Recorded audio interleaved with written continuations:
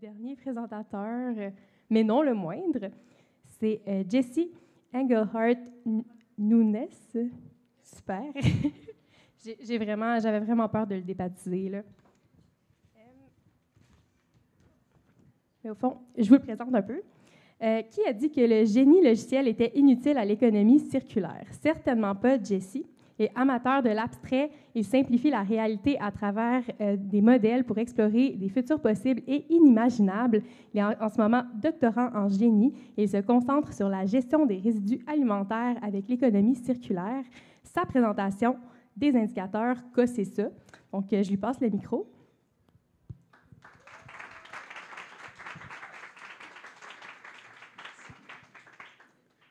Merci. Petite tranche de vie avant de commencer. Moi, ma sœur, elle est en secondaire 3. Puis depuis qu'elle a commencé le secondaire, à chaque fois qu'on se jase, elle me demande toujours la signification d'un mot quelconque. L'affaire, c'est que c'est toujours malaisant quand ça arrive parce que, tu sais, elle me demande, par exemple, « Hey, Jessie, c'est quoi une patate? » Je vais aller sur Google chercher le mot « patate » parce que je ne suis pas capable de répondre comme ça aussi rapidement. Puis pourquoi je vous partage cette anecdote un petit peu malaisante, on va se le dire? C'est parce que dans le cadre de ma recherche sur les indicateurs en économie circulaire, on est arrivé à peu près au même problème. Les indicateurs, tu pourrais demander à tout le monde c'est quoi, personne ne va va donner la même réponse. Fait qu'on va s'aventurer avec ça aujourd'hui. Puis la première étape, c'est de savoir c'est quoi un indicateur. Donc on peut aller sur Google comme je le fais avec ma sœur, ou dans le cadre de la recherche, on peut aller consulter cette mystique littérature scientifique. C'est ça que j'ai fait. Je suis allé voir un article vraiment cool, 10 pages. Et dans ces 10 pages-là, ce qu'ils disent, c'est qu'un indicateur, ça donne une indication. Là, par applaudissement, qui c'est qui est surpris de voir ça dans un article scientifique ou dans ma présentation? Là? OK, quand même. OK, cool. J'ai réussi ma surprise, c'est le fun. Le mot le plus important dans cette phrase-là, c'est « une ». Je vous explique ça avec un exemple. Rachida en a parlé un petit peu plus tôt, le taux de circularité. Je vais vous expliquer un peu le concept parce que, je fais de l'économie circulaire, je vais réutiliser cet exemple-là à tout bout de champ aujourd'hui. Taux de circularité, on pourrait prendre par exemple les verres, les assiettes qui sont devant nous. Ces assiettes-là, à un moment donné, elles ont été fabriquées, elles ont été vendues. Elles sont donc rentrées dans notre économie et on les utilise pour un certain nombre de temps. Éventuellement, on espère que ça va toffer vraiment longtemps. Moi, ma grand-mère, elle a des assiettes qu'elle a achetées quand elle a immigré ici. Sinon, ils vont casser puis éventuellement, on va les jeter. Dans ce temps-là, tout le temps qu'on l'utilise, ça va être dans notre stock. Éventuellement, ça va sortir, soit on va les envoyer aux poubelles, ou sinon, on va essayer de les recirculer. Bon, pour des assiettes, on va les vendre peut-être sur Kijiji ou sur Marketplace s'ils sont en bon état. Puis le taux de circularité, ce qu'il fait, c'est qu'il mesure ce qui recircule en masse. Fait qu'en gros, on peut vraiment l'interpréter comme étant, pour chaque 100 kilos qui sort, combien qui revient dans notre économie. Rachida l'a dit plus tôt, au Québec, pour chaque 100 kilos qui sort, il y en a 3,5 seulement qui reviennent dans notre économie. C'est pas beaucoup. Dans le monde, on est à 8,1. La leader mondiale, c'est les Pays-Bas, sont à 20 %. Et en théorie, on pense que ça serait à 70. Fait qu'on est comme 20 fois derrière le maximum théorique qu'on pourrait aller chercher. Bref. Donc, quand je disais un indicateur, ça donne une indication, mais c'est juste ça que ça nous dit. Pour chaque 100 kilos qui sort, combien qui revient? Ça ne me dit pas grand-chose de plus. Puis là, pour aller chercher de l'information supplémentaire, il faut que je me pose d'autres questions. Genre, combien qui en sort? Combien qui en rentre? Combien qui en circule? Combien qu'il y en a dans notre stock? Puis chaque fois que je me pose une question comme ça, j'ai une nouvelle indication, j'ai un nouvel indicateur. C'est cool. Hein, les indicateurs, ça veut dire que c'est facile à créer, puis c'est aussi très polyvalent. Gros avantage, c'est aussi un gros inconvénient. C'est facile à créer, c'est polyvalent. Qu'est-ce que le monde veut le faire quand c'est facile à créer? Tout le monde veut en faire. Là, tous les projets de recherche en économie circulaire sont comme « Ouais, je veux des indicateurs, moi aussi je veux des indicateurs. » Cool, mais comme il y en a déjà qui existent.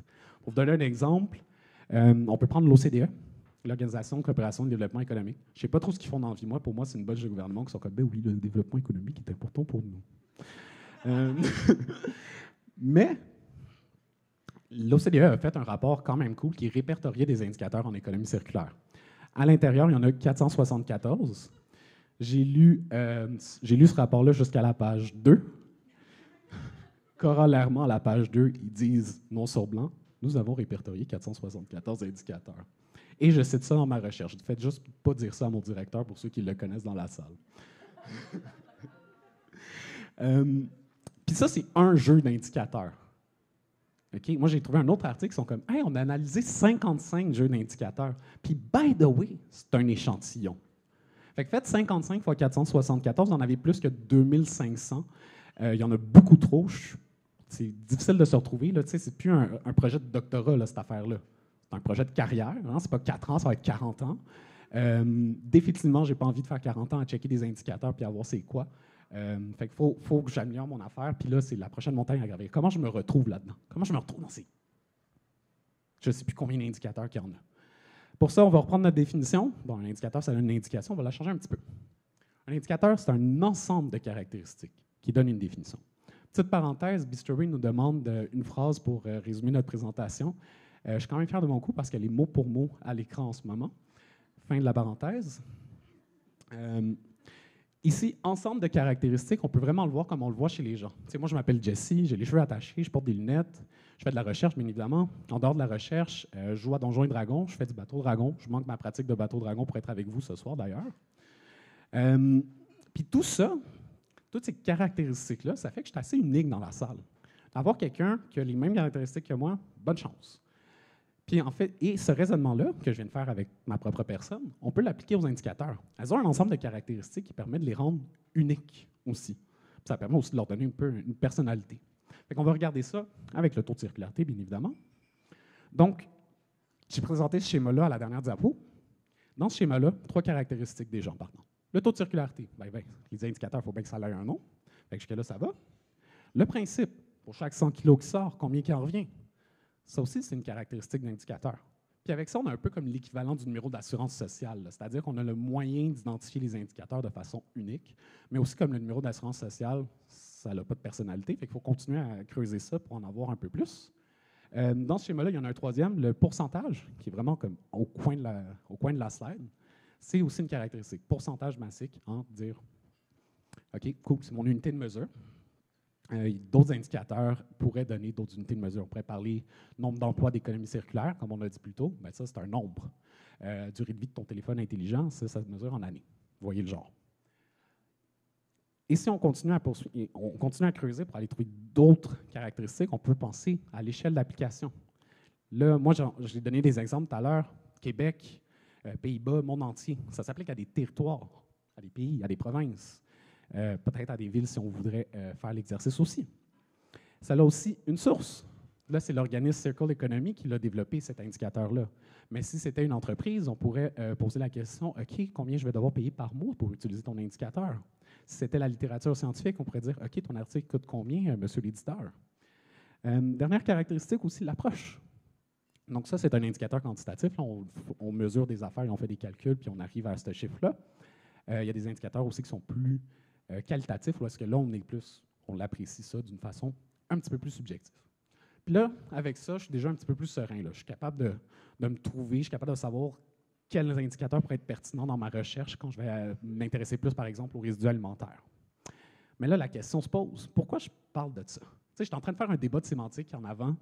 J'haïs ça pour mourir, les débats de sémantique. Fait que je dois quand même faire l'exercice parce qu'il est vraiment pertinent. Il y a dans les indicateurs un phénomène que j'appelle les biais de renforcement. Hein, les indicateurs, ça donne une indication, ça fait qu'il y en a beaucoup, et ça fait qu'il y en a aussi beaucoup qui disent à peu près la même chose, mais pas tout à fait. Je donne un exemple avec encore le taux de circularité. Si on vous dit demain matin que le taux de circularité a monté jusqu'à 5 %, qu'ils ont sorti donc 200 tonnes de l'économie, dont on a ramené 10, puis il y en a 190 qui est rentré. Cool, on est vraiment bon en économie circulaire, n'est-ce pas? Bon, pour ceux qui ne sont pas sensibilisés au sujet et qui n'ont pas écouté ma présentation, on va dire, ben oui, ils sont vraiment bons en économie circulaire. Pour tout le monde dans la salle, vous venez peut-être de comprendre que j'ai dit 4 fois la même chose, ou presque. C'est un peu ça le problème du bien de renforcement, c'est-à-dire, hey, on va se donner une forte image parce qu'on va répéter notre information, mais les données ou comme la vérité ou la situation actuelle sur laquelle on s'appuie pour dire qu'on est bon, c'est pas aussi solide que ça. C'est un peu tremblant comme plancher, puis on risque de s'enfarger dans pas long. Puis la dernière fois que j'ai vu ça passer, je ne sais pas pour vous, mais pour moi, c'était dans le greenwashing. C'était vraiment même affaire. Hein? C'est là que les entreprises, ah oui, on est vraiment bon sur le plan environnemental, jusqu'à temps qu'on ne l'est pas. Donc, il y a ce piège-là avec l'économie circulaire qu'il faut qu'on fasse un petit peu attention. Puis, à travers les indicateurs, on est capable un peu d'augmenter notre réflexion critique par rapport à ça. Donc voilà, c'était pas mal tout pour moi. Je veux quand même que vous reteniez une chose de cette information-là, donc de cette présentation-là, pardon. Donc, c'est bon, là, aller chercher les indicateurs, d'aller chercher des indications, c'est cool, mais pour aller chercher le bon indicateur ou les bonnes indications, il faut s'appuyer sur les caractéristiques parce que c'est elles qui donnent de l'information assez pertinente. Merci, Mr. Rain.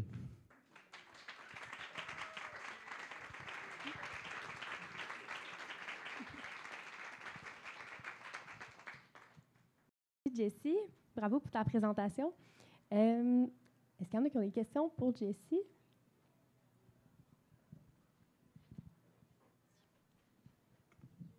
Je voulais savoir si, ultimement, l'objectif de ta thèse, c'était de constituer un tableau de bord d'indicateurs ou est-ce que tu fais juste les recenser? C'est quoi le... Pas du tout. Ça, c'est comme un side project de ma thèse en ce moment, où est-ce que moi, je suis en train de développer une plateforme, en fait, où est-ce qu'on va pouvoir les recenser, puis on reprend ce principe-là. On prend des indicateurs, mais ça a aussi des caractéristiques, fait qu'il faut les détailler, ces caractéristiques-là. Moi, dans ma thèse, les indicateurs, c'est plus, OK, ils sont tous liés ensemble, là, ensemble, ces indicateurs-là. Comment qu'on peut mettre en avant cette relation-là? Parce que ce n'est pas encore tout à fait clair.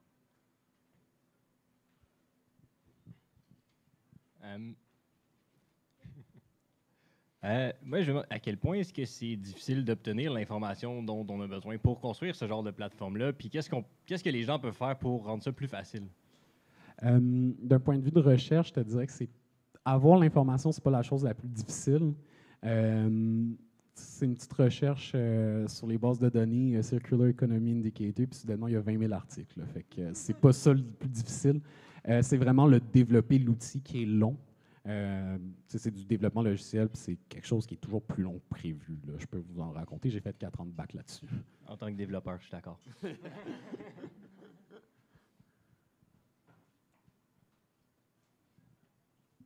Peut-être que je devrais te la poser hors micro, mais avez-vous commencé à penser à l'application blockchain là-dedans? Parce que ça a l'air que ça se fait un peu dans les données pour sécuriser. Je connais vraiment pas trop, mais je me demande si c'est des questions que tu t'es déjà posées, Jessie, là-dessus.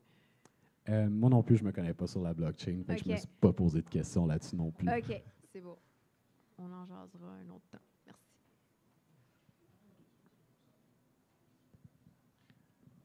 J'ai vu qu'il y avait beaucoup d'indicateurs. Tu en as mentionné plus de 400, à peu près. Est-ce qu'il y a des méthodes pour sélectionner finalement le bon indicateur par rapport à une... Comment on fait quand on est face à ces 400-là? Il n'y a pas de méthode structurée. Les indicateurs, en fait, ne sont pas structurés. C'est la raison pourquoi on s'intéressait à ça, justement. Comment on peut amener une structure. Ça s'en vient, mais à l'état d'aujourd'hui, je ne peux pas te répondre encore. Éventuellement, avec les caractéristiques, tu vas être capable de te poser la question, comme, OK, c'est quoi qui t'intéresse? C'est quoi ton contexte? Ah, OK, là, on va avoir des indicateurs qui vont être pertinents pour toi, mais on n'est pas encore là. OK, merci.